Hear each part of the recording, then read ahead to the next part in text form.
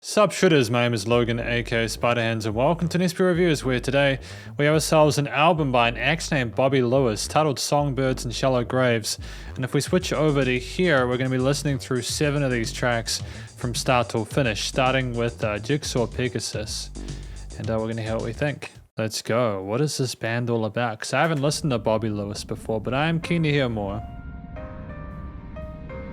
I do like the strings and the piano and everything like that, and the low-end reverberation.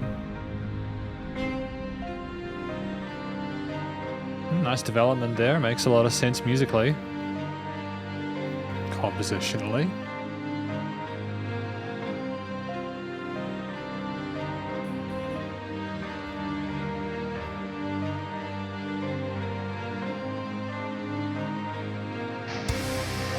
Oh, I like the sound of the guitars of the drums as well. I'm enjoying the direction this is going in so far.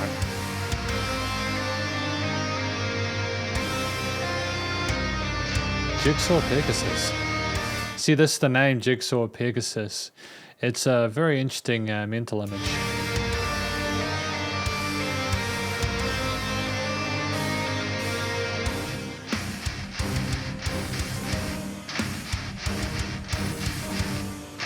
Very sizzly, distorted guitar tone, the rhythms there. I do like how they sound, don't get me wrong.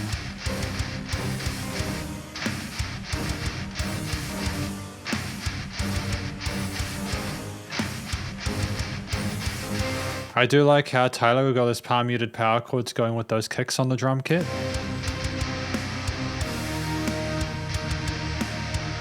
Like how I've, definitely instantiated a theme here with these progressions and these string harmonies.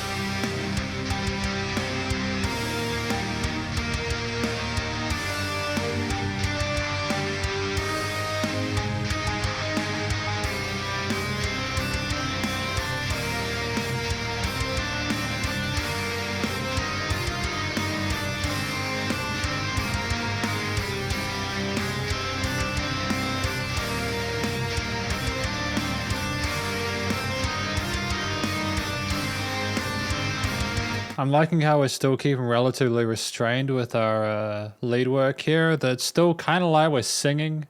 I think that's a really smart way to do leads, make it more like a voice when you've got an instrumental sort of situation going on.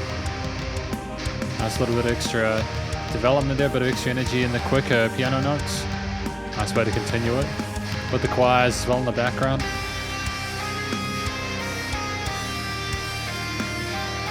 Incredibly atmospheric. Lovely reverb towers on a lot of these different elements here.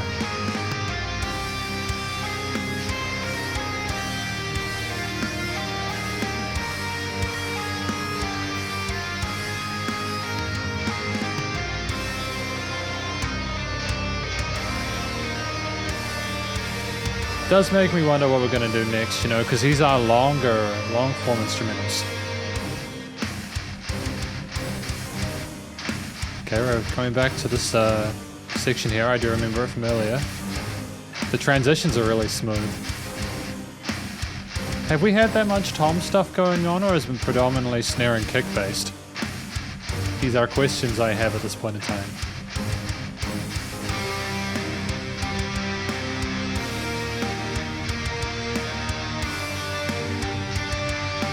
I think these would be fantastic for like video game soundtracks,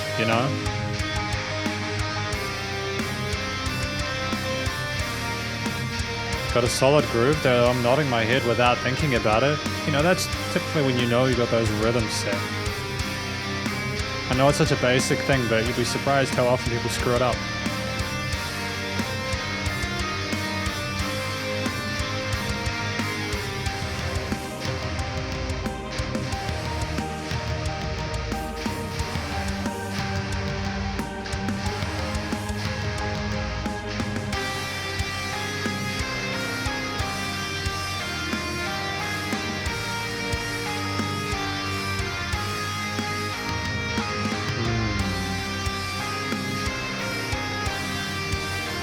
I have to say, this is a great way to spend a Thursday evening. The tone of the instruments, studio production wise, is fantastic. I'm really impressed with the post-production quality. Sounds commercial grade, my dudes and dudettes.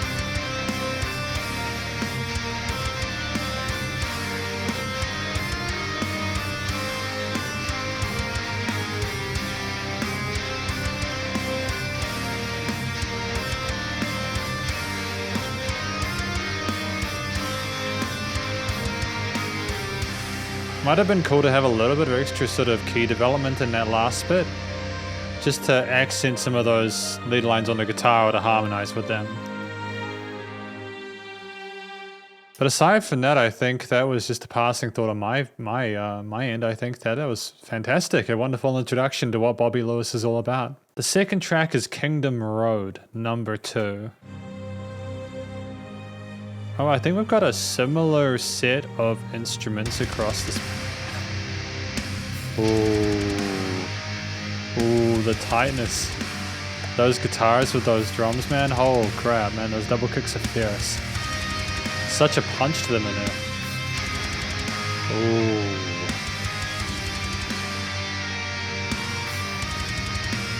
You know, typically I try to focus on the review side of things, but you'll get more of a reaction out of me in situations like this. I do have a bit of a bias towards metal, if I'm honest. That doesn't necessarily mean it'll be a positive review, but I definitely am attuned to it. And I think this is a testament to the nice change in drum groove there. I think it's a testament to the skill that Bobby Lewis has, is that I'm not missing having a vocalist. You know, I don't think that we need a singer here. It's interesting enough on its own without that central lead element, partly because the guitar and the center field is doing such a great way of replacing the need for a singer. You know, we've got a direction, a journey that we're going on here. We're not getting confused.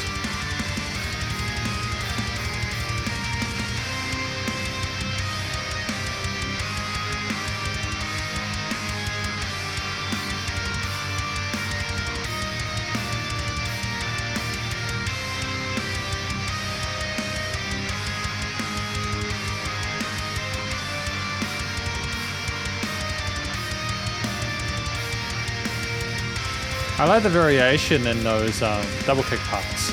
I think they are what's keeping this engaging for me, because we have a similar consistency in regards to the sequencing of those lead guitar parts. Good job. Good job having a change in the rhythm riffs here. That's what I was looking for, a little bit extra kind of sauce to it, but the extra spice.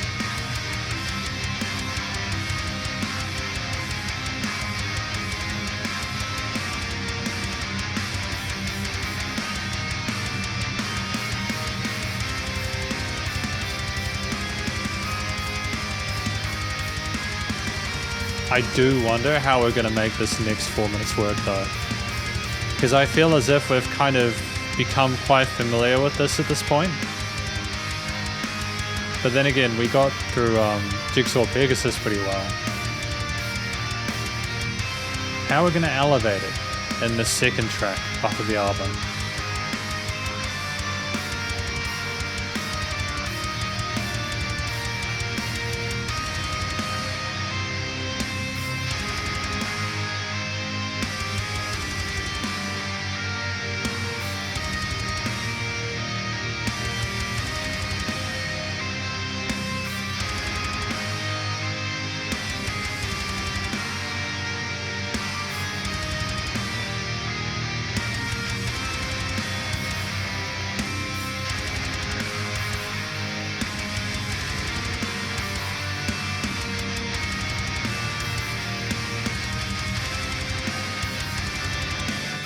I mean, it's heavy as hell, don't get me wrong, but there's stuff happening in that low end.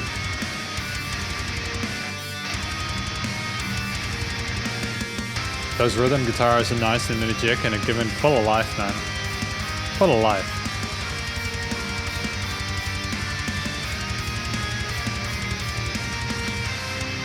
I'm wondering if these were like, because apparently, from what I understand, this was all done by Bobby Lewis. He did everything here, whether it was the instrumental performance or the writing parts or the recording and mastering and stuff. He did all of it. So shout out to someone who can handle all that, man. That's worthy of respect for sure. I'm really blown away with what people are capable of. on their own nowadays, you know?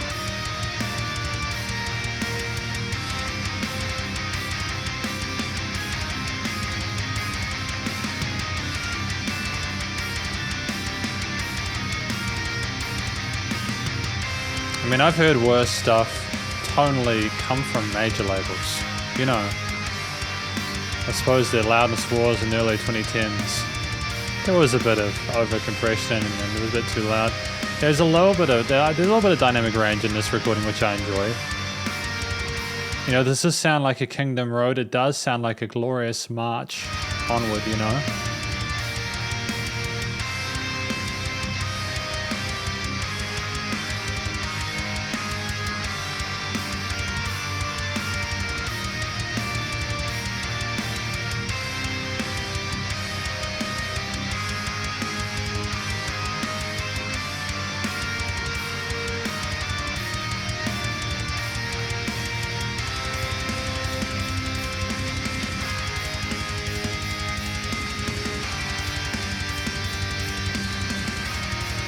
I'm not sure if I was wanting like a different section to this or not. Like we've got an established theme or it's like set of notes or bass lines or chord progressions that we're kind of subscribing to, with changes in the way that we're phrasing the rhythms of the drum kit and the guitar riffs.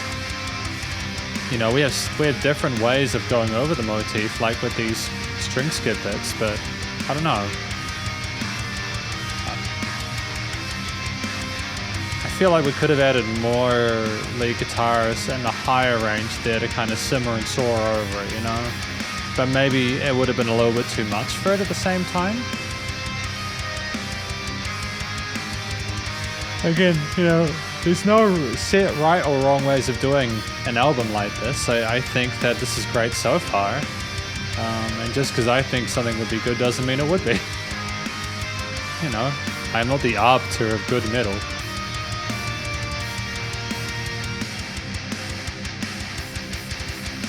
Yeah, but great tone of those guitars, man. It's nice to hear everything so nice and cleanly.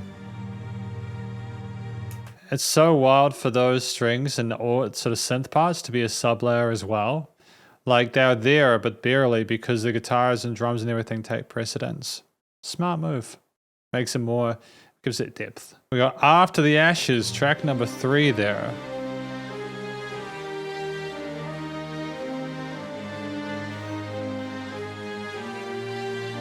Kind of does sound like it's following on from Kingdom Road, so I like that. It's got more sort of a chronological feel to it. You could probably like listen to this like album like in a row, you know, like just from start to finish with your eyes closed and just focusing on that music. I did miss the pianos in the previous track though. I think that they elevate this a little bit with some extra sort of spice in the high end.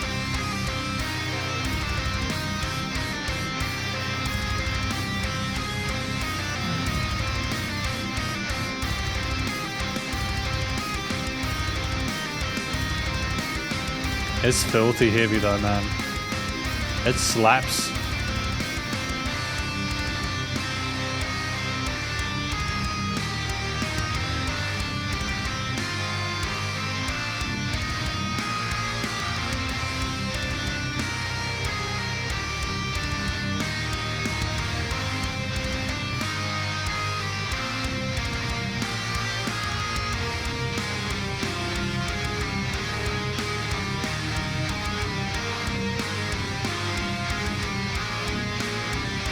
There's like a kind of a saw-like effect going with some of those guitar bits where we're reiterating over the themes we had initially, but then there's like almost a legato feel, like we're stretching stuff out, and it's really unique and interesting.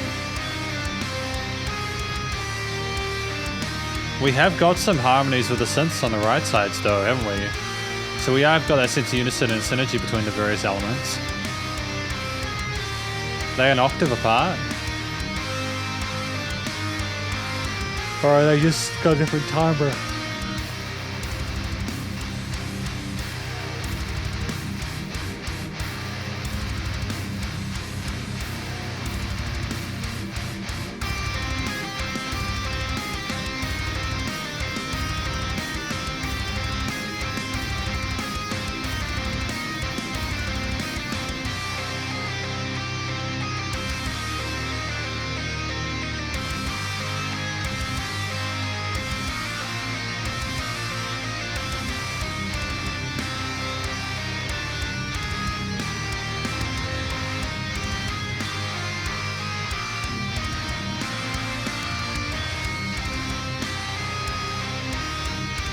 I like the fact that drums are coming to that halftime place where they slow down and allow us to really appreciate the severity, the heaviness of those rhythm riffs, even with the speed of those lead licks on top and you know, just with how everything else is going on and how frenetic it is. It's glorious. Again, I'm loving those tom fills. They're quite subtle, actually. They don't elongate them beyond spacing maybe half a beat. But that's all you need, right?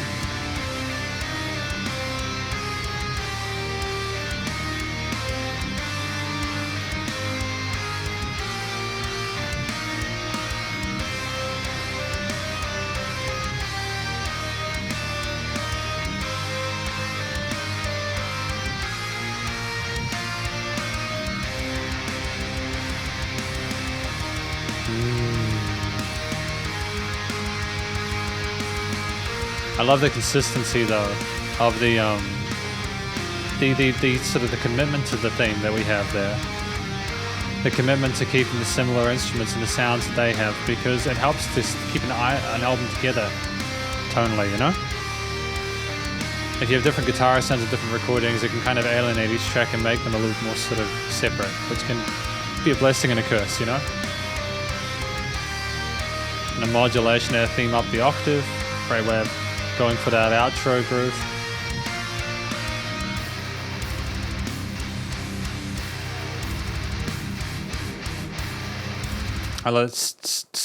I love those cymbal stops there. They're so punchy, they give a staccato feel to it.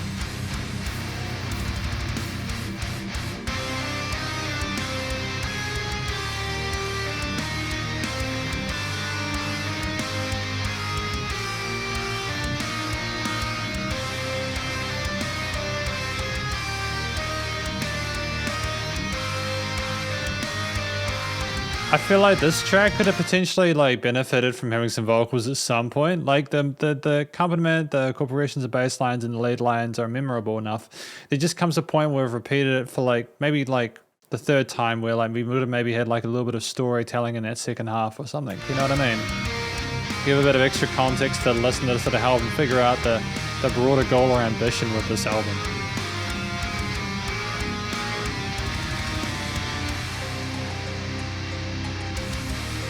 Again, that piano is welcome. I know that we're kind of having it as an outro thing, as a sometimes thing.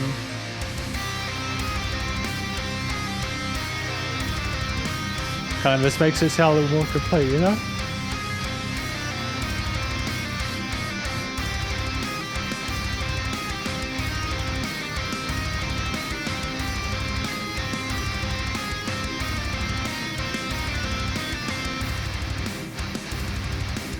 Filthy. That is a filthy heaviness though. It's a neutron star falling from space. Damn, man, I think we had some flat 5 chords or something like that going on there in that last part, dude. That was just sensational though. Really tight rhythm work on the guitars there. Those palm muted alternate chugs is just wonderful. The Andromeda Gaunlet, track number 4.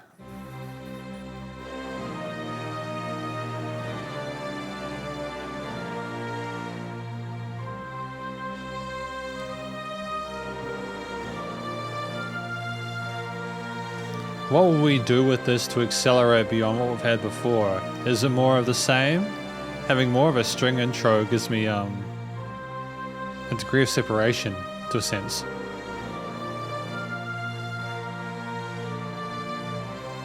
We've got our music composition theory fundamentals down though, absolutely. Kind of sounds like a fantasy game. Kind of reminds me of RuneScape a little bit, you know? Those kind of old fantasy kind of those kind of vibes, you know, those old video games from like the 2000s and stuff.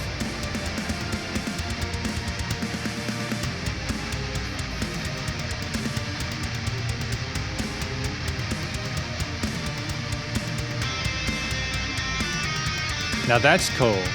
Shout out to Bobby Lewis there for putting that little bit of filtering on that guitar in. It is an unexpected texture, but that's great. That's great because that's what we need at this point when we're 4 tracks in. We need something new. Not that the music is uninteresting, don't get me wrong, but just something extra to kind of go like, oh, that's maybe he's going to introduce more stuff to kind of keep things new and exciting, you know? Even if it's a slight change to like a guitar line, you know? It'll pique the interest, as long as it sounds good too.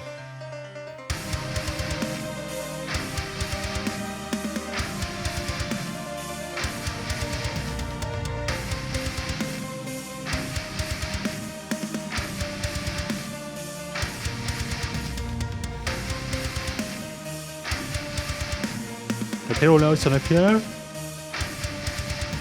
Nailed it.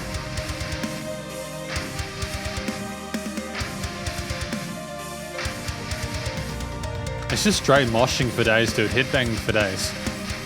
And going to normal or double time, just a way of keeping things kind of like compelling and exciting. It's like, oh, we're speeding up. Where are we going, you know? Even if you're rolling around a root note or close to it.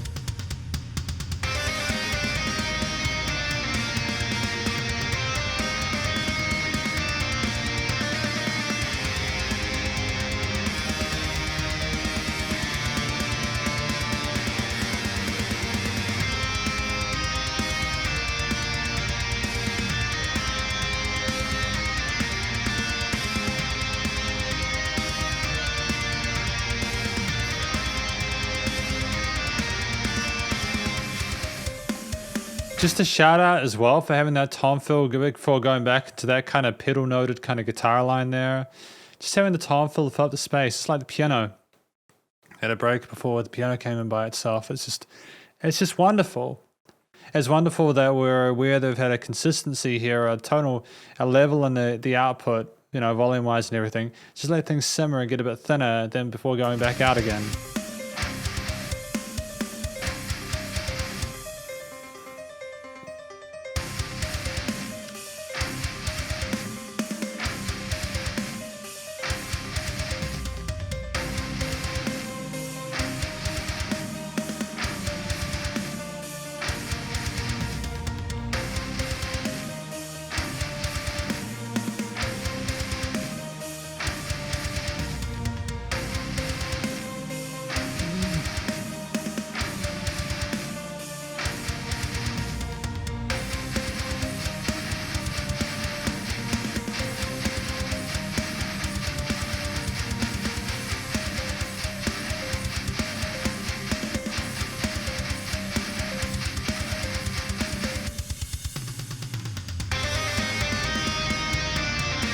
Okay, interesting. We're back into that.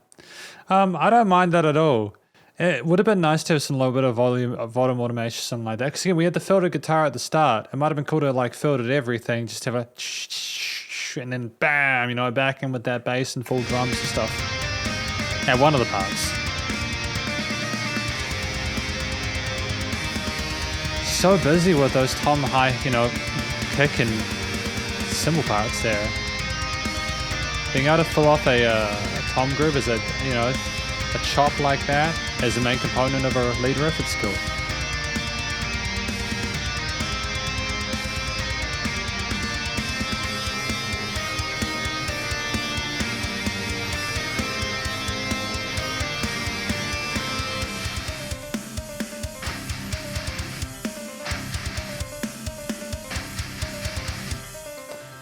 There's a little bit of pulsating or breathing sometimes. I can hear things kind of just clench back into itself a little bit. So I'm wondering if something is side chaining quite aggressively there.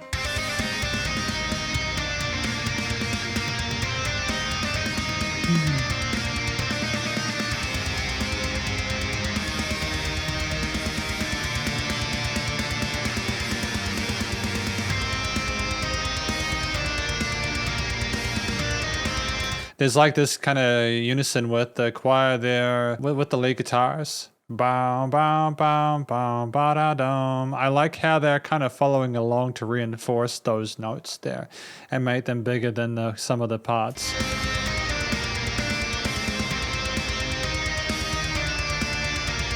Because it's not like they need to be more interesting rhythmically because you've got the drums providing all the change you need there.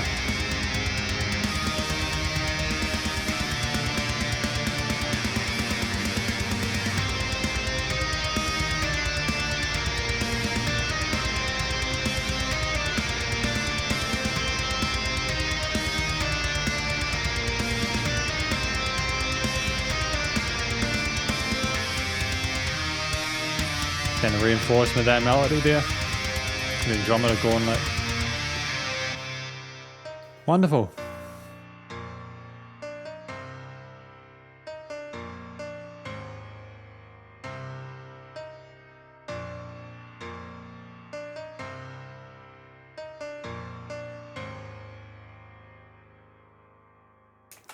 Excellent. I think at this point, we've got someone who understands how to create compelling sort of chords and harmonies. Like, we've got triads. We're not going too far into the extensions of them, but we have feel sort of easy to follow, some weirdly catchy bass lines and chord progressions with you know, guitar parts or other sort of, like the piano parts are obviously a little bit less easy to sing along to. Da da da da da da da. But you know what I mean.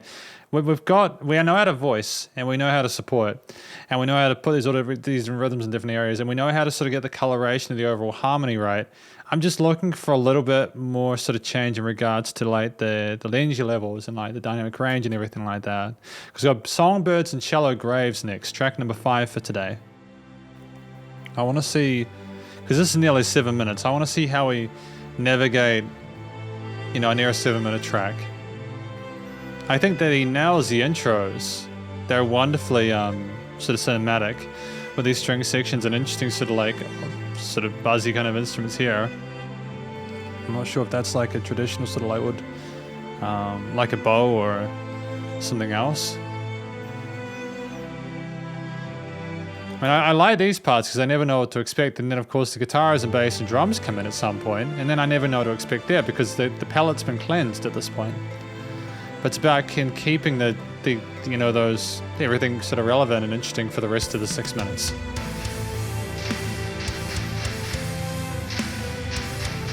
Like, I get that we're not going for like a progressive middle piece where like maybe we have lots of different time signatures or different like A, B, C, D, E, F sections, etc. But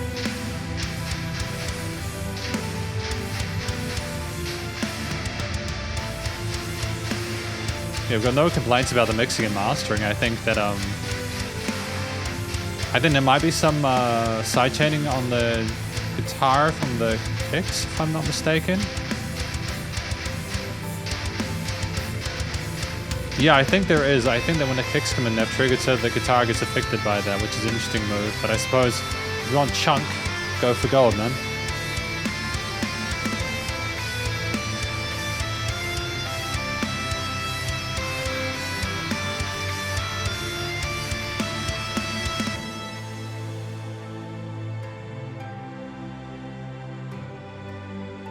See, this is what I wanted, man. I love the fact that we're bringing it down, just having those little choirs and just the strings there, having a gap and expanse there just to breathe and sort of soak it in.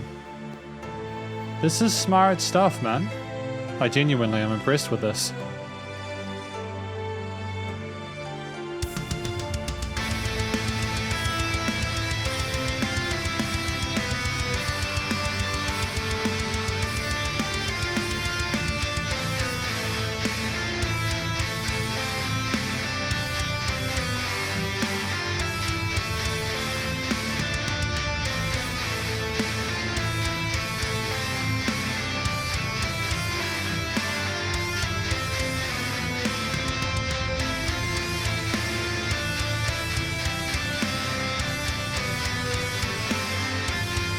I mean, I think I know the direction I was going with this. It was like that kind of fantasy sort of, that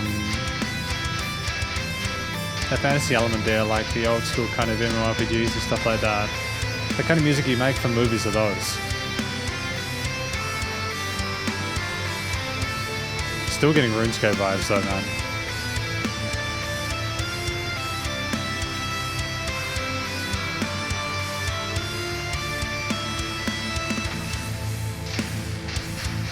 I like how the guitars seem to change position sometimes, and that's not usually something I enjoy. But those rhythms got a whole lot back to the sides for a minute. And I enjoy that a lot. I'm wondering if he's deliberately double tracking some stuff and then like not, if that makes sense.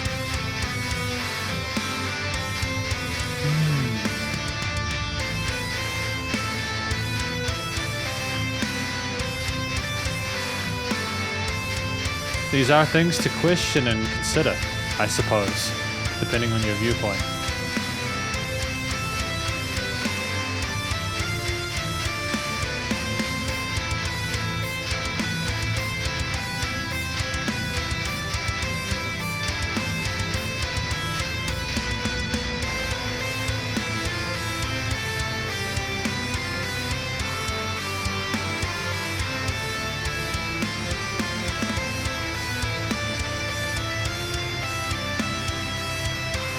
Has he had that same snare tone for the entirety of the time? Because the gated snare that he has there is quite compelling there. It has just the right amount of wispiness afterwards for it to be punchy. But it's also like, it's not definitely not dry, and I don't think that would have suited the tone of this. It would have been a little bit too blunt, you know?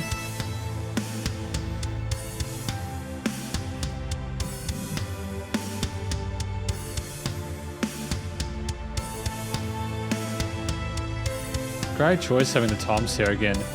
I think that it works better, again, just having moments where you reflect on other parts of the kit. You know, like, obviously we're going back to the snare right now with some of those kick parts, but I just feel as if there is more range here tonally, more diversity here with the combination of elements we have throughout the song in each part of the mix as we journey through it.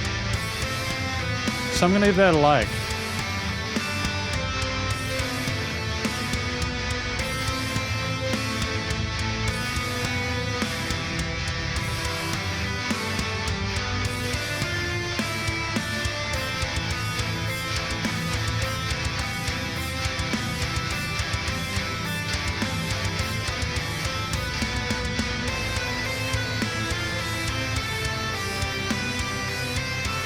I'm thinking maybe we didn't put an additional lead line here just because we're instantiating this lead part as the vocals, and therefore maybe having the vocals pitched to the left or the right side of the panning to allow for a solo in the center would have been weird.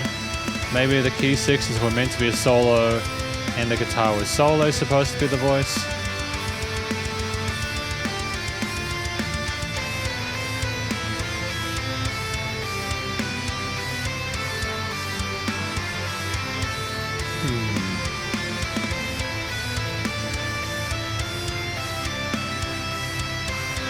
No regrets though, man. I really enjoyed listening to this album so far. I do wonder what the other tracks that we're going to be reviewing, we're not going to be reviewing today, are like. Because after this we go straight to the 9th track, Ad Astra.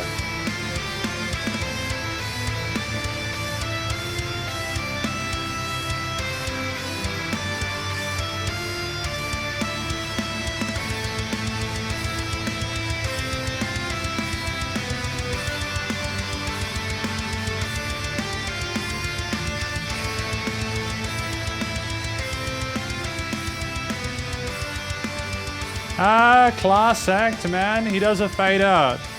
Good man. Good man. I'm really happy with that. That makes me extraordinarily happy. I think that was the right move to do there, man. That's the right position to do a fade out. He's definitely earned it. What a class act, man. Good. That was my favorite track afterwards. I can understand why it's got 6,000 plays on it. It shows the best elements of, I think, what Bobby Lewis is trying to accomplish here in a 6.5-minute form factor. And I think for the most part, that went really well. That was more interesting to me from like a compositional sort of like basis than some of the previous tracks we've had where the themes were more consistent, even with a similar amount of time. So good job. Good job to Bobby Lewis for that. We've got Ad Astra now, track number 9.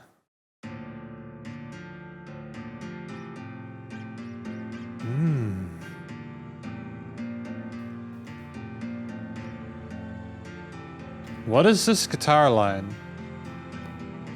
I like how different this is. It's nice to just have the steel strings, dude. Tonal diversity, dude. More of that, please. Clearly we got the chops to be able to mix and master anything we come across, so why not have fun with it, man?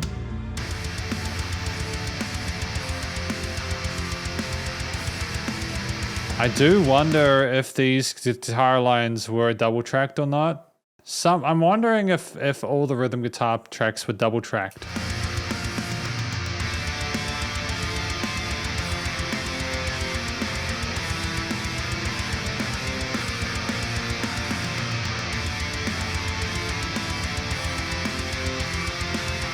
I hope that the steel strings come back.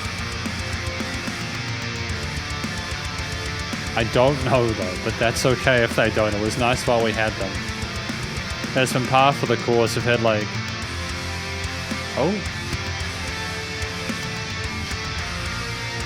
this is uplifting. This is fascinating. Oh, this is gorgeous. I like how we toned down major tonality there with some of these phrasings. Beautiful, dude. Good man. Genuinely.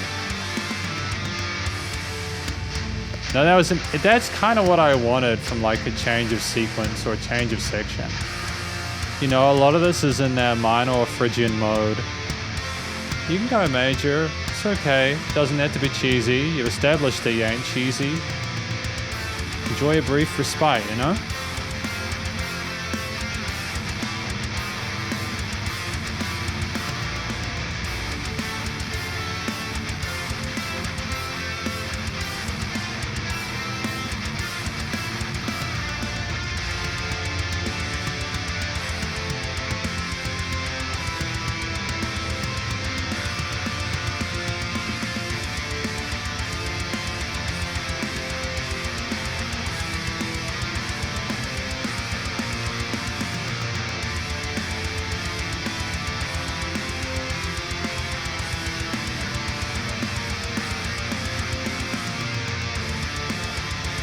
Okay, will that major tone come back? I want the major part to come back. Yay, it did. Don't get me wrong, I like my, you know, grindcore kind of technical death metal as much as the next person, but it's nice to have that harmonic diversity in there. Great choice. It's uplifting because it feels like we're oscillating, you know?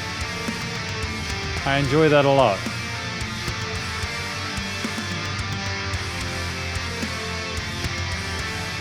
I really think there could have been some vocals in here and it would have been not better, but sounded a bit more complete, if that makes sense.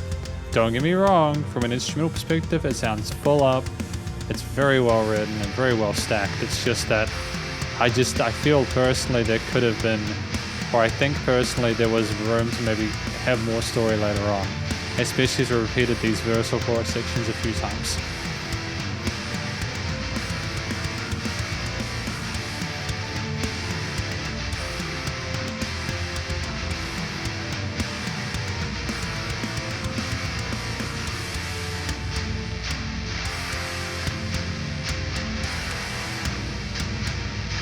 It was nice to have that change of pace with those palm mutes there.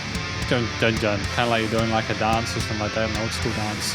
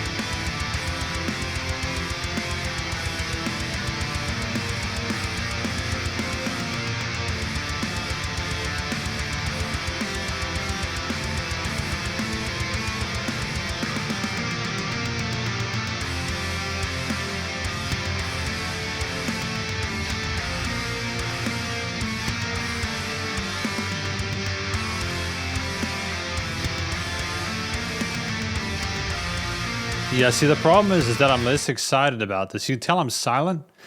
It's because I've heard this before, and I feel like at this point we needed to add something new. Again, it's great if we got this as background music, and it's well-written music, don't get me wrong. I'm greedy, man. I just want to have more dopamine hits. I don't mind one or two of the same. Give me 3, dude. Give me 3, man.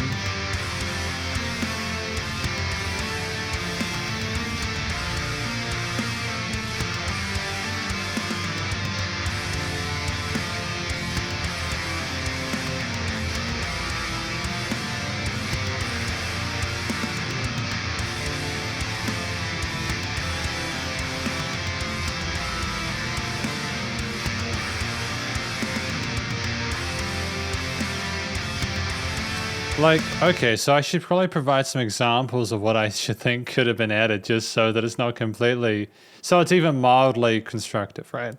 So, for example, I think that you could have potentially brought the pianos in here, even if you like automated the volume to kind of come up with it.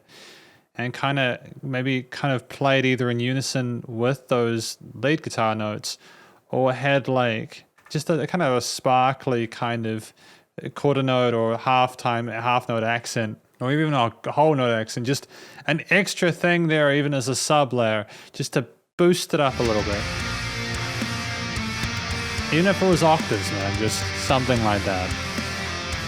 Because it's such a dope track. I love the ideas you put forward. It's just, we need, at 6 minutes 26, we need something a bit more at that end part.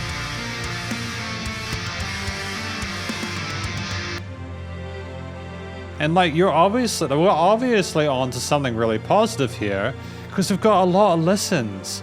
So we clearly understand what we're doing with music theory, composition, recording, and production. We're clearly talented and have skills that will help us. Maybe this is what people want and I'm completely out of touch. But I suppose as a music reviewer, my taste is subjective, right? I'm not being facetious, by the way, I'm genuine. I know there's a lot of music released nowadays doesn't have as much sort of musical complexity to the composition arrangement as it used to back, like, I don't know, 20, 30 years ago, even, back in the 80s or 70s. Although that's a given, because I think, as over time, major labels especially have found sort of formulas for what works with the listener. But it's just me sort of poking the bearer potentially. But look, honestly, I'm really happy with this album so far. I've got to be transparent. Right? And we've got the Lament Configuration, track number 10, the last track for today. Yeah. I've got a list of tracks here on the side for me to look through. Oh, the choir coming in straight away with the guitars and drums. It's tight as hell, man. I dig it, I vibe with it, I enjoy it. It's good. And we're kind of stepping it away a little bit, having a reiteration, a rephrasing of those piano parts without anything else. Great change of pace there. Dynamically fascinating. It's good. This is great. There's lots of movement. There's variety there. Not from the amount of instruments, but from which ones are coming in when.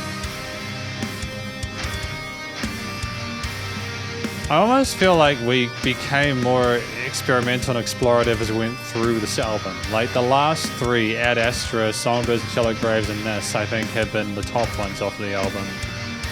Jigsaw Pegasus, don't get me wrong, was great track. I think at 4 minutes 53, it kind of gets away with having a similar sort of theme throughout with a few modifications, but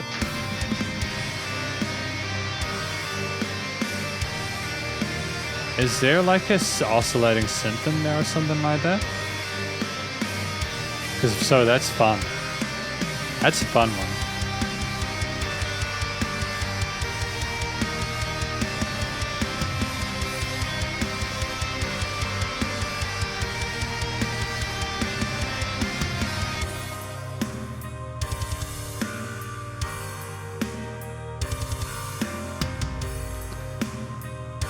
I think this is the first time I've really heard the bass guitar by itself. It's like a twangy little resonance there, but it's nicely mixed and EQ'd. These headphones, if there's any of that gross sort of sub-resonance, that's all, you know the type. It's the one that fills up a car speaker when it isn't set up properly. None of that here, man. It's tight as hell. It's dope.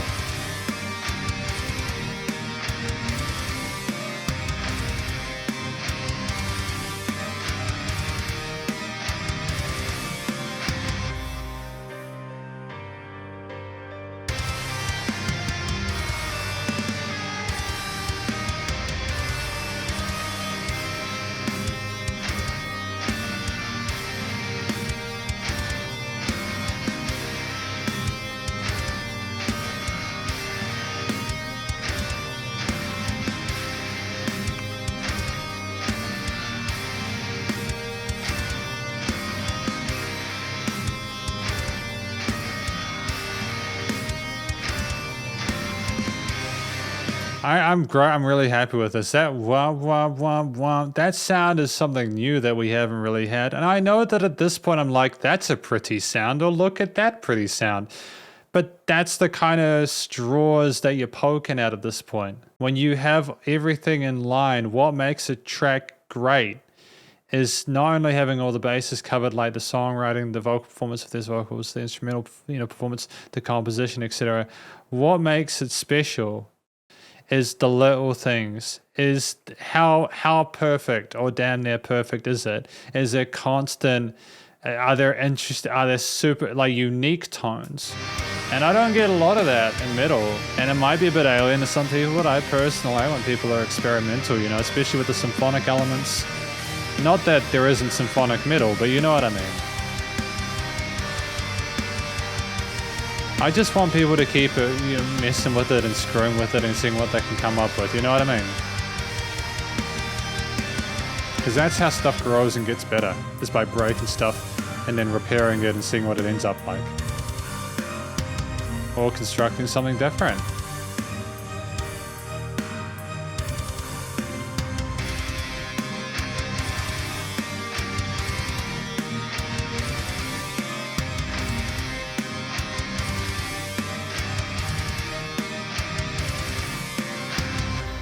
I don't know if that was the intention to have like that what kind of sound like early 2010s dubstep, but I kind of like it. I like the way that it was phrased there and that it had that kind of low and cut at start. Really strong finish though, man, like for real.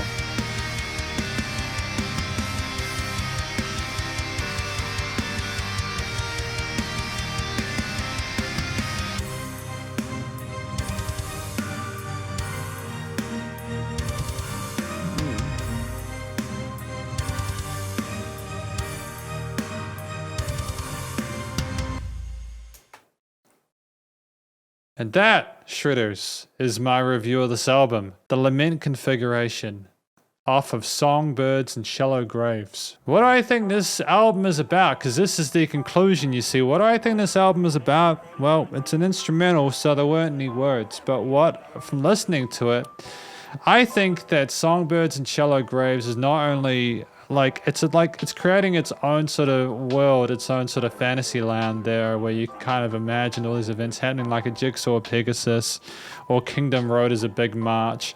After the Ashes is like my brain just goes like Dark Soul references there. The Andromeda Gaunlet sounds like a massive space battle or something like that. Songbirds and Shallow Graves, as well as Astra and Lament Configuration. I'm trying to figure out, because I'm in two minds as to whether these things are like a connected element or whether there are different chapters of different books that are kind of interconnected somehow. I suppose at the end of the day, it is an album. They're all connected through being the part of the album anyways. And ultimately, I suppose you'd have to listen through the entirety of the album to know for sure. I think that the beauty of art like this, and I do call it art because music is art, especially if it is instrumental, is that you're not supposed to be able to figure out what it is. You're not supposed to be spoon-fed it.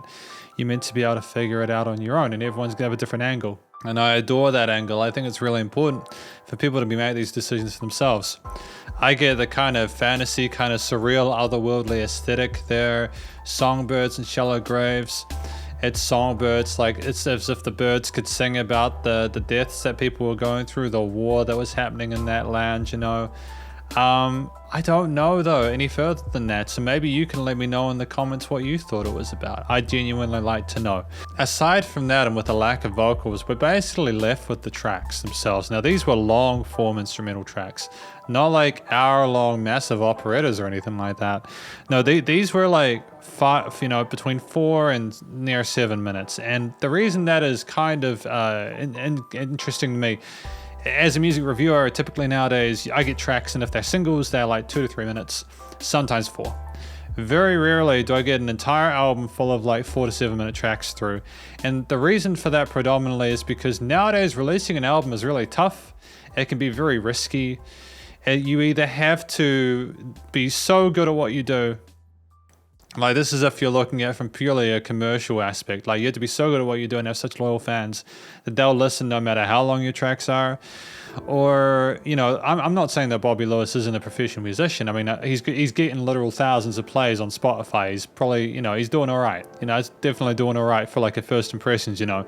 But what I mean is that, like, this is someone who is incredibly passionate about this and has got a vision for what they want to do, and that is what they want to put out on the internet. And I love it to pieces. I think that he's earned his keep. Bobby Lewis is a fantastic songwriter and composer. Dare I say it, a composer. These symphonic elements like the string parts going alongside the piano cues, the guitars, the bass, the drums, everything else is absolutely sensational.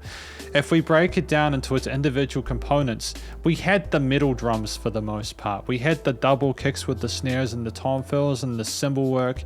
We had the double kicks, the chugs, but we went between normal halftime grooves really effortlessly, and there was never a dull transition with some interesting chops occasionally where things sort of split up the groove a little bit.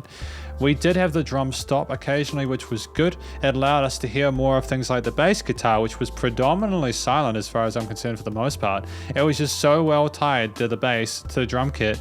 It was so cut to that it was almost like it was there but it wasn't, if that makes sense. You could feel the bass, but you couldn't necessarily hear it clearly. And I think in this track, when there's already so busy harmonically and melodically, you don't really need the additional bass guitar to kind of fill in too much. It just needs to be a floor for the other things to build on.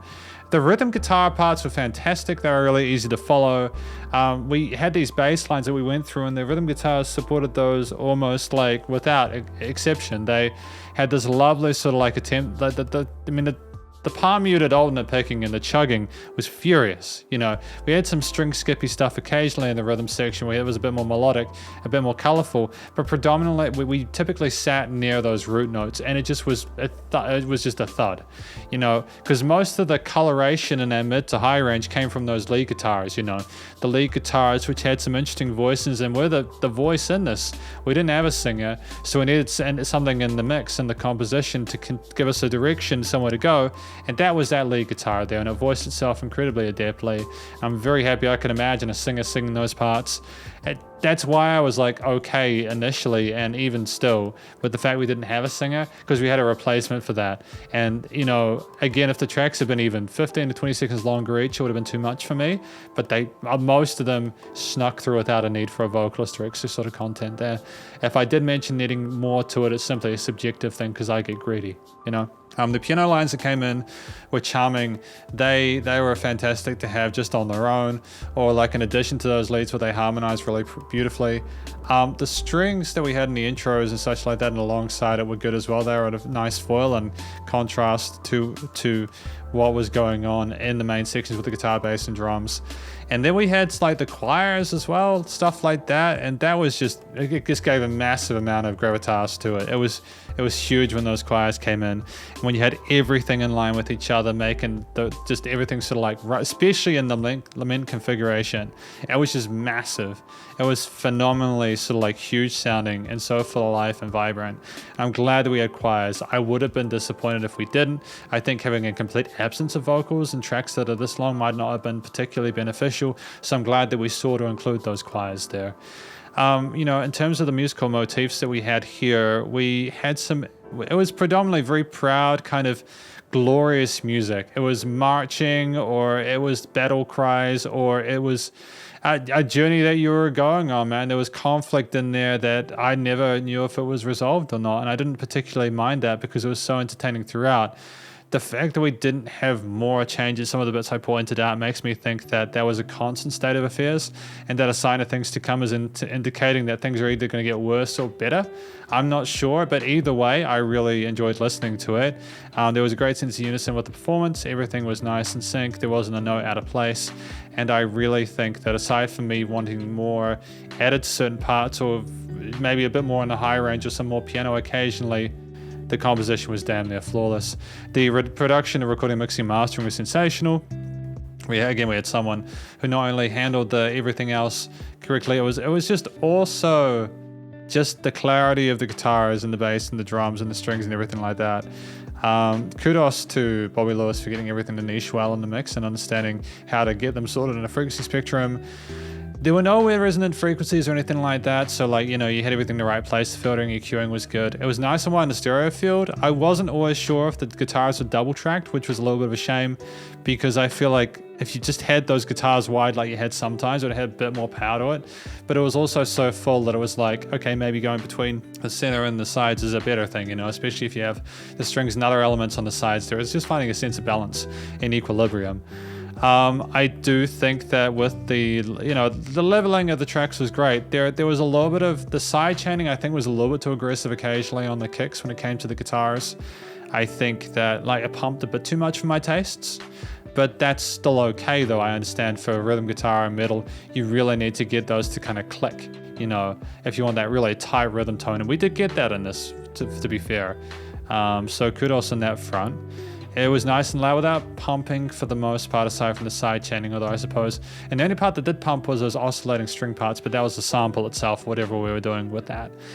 You know, great album, great first impressions. This is my review of Bobby Lewis's album, Songbirds and Shallow Graves. Hopefully you enjoyed it. If you did, please go check out the, you know, digital streaming platforms and their Spotify page, and stay cool and stay safe. Please remember to support your local musicians and artists at this point in time, as they need the help more than ever in this crazy world. And I'll catch you in the next review. Spiderhands out.